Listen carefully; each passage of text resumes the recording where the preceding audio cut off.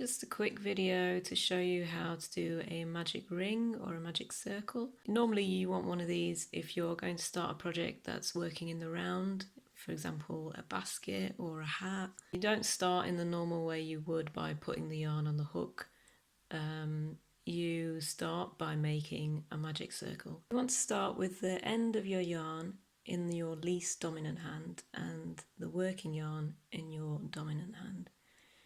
And you start by wrapping the yarn around your fingers like this, making sure they cross underneath and over the back, and hold it with your little finger. With your hook, go under the first strand and hook onto the second strand and pull it through like that.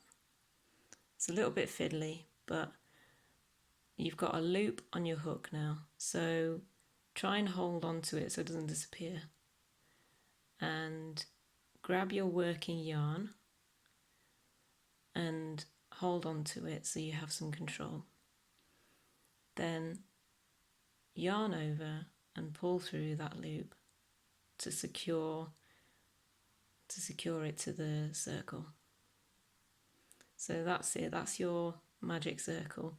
And now you just need to start working your first lot of stitches into the circle. So you go under, into the middle of the circle, yarn over, pull up a loop, yarn over and pull through both loops.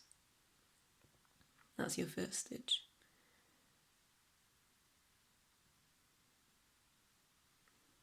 So we'll just do 10 of these,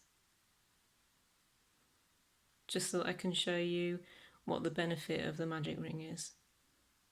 So that's 3, 4, 5, 6, 7, 8, 9, 10.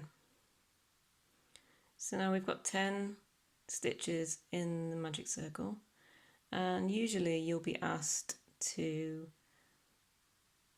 pull the end tight. But before you do that, you want to join the two ends. So you'll probably be asked to make a slip stitch in the first stitch, sorry. So let's do that. So there we go, we've got a little circle like this. Now the benefit of the magic circle is that you can pull the end really tight so that there's hardly a gap in the middle.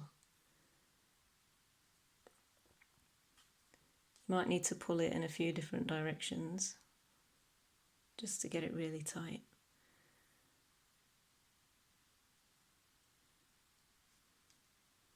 There we go. So you end up with this little flower shape that has no space in the middle to start your project with.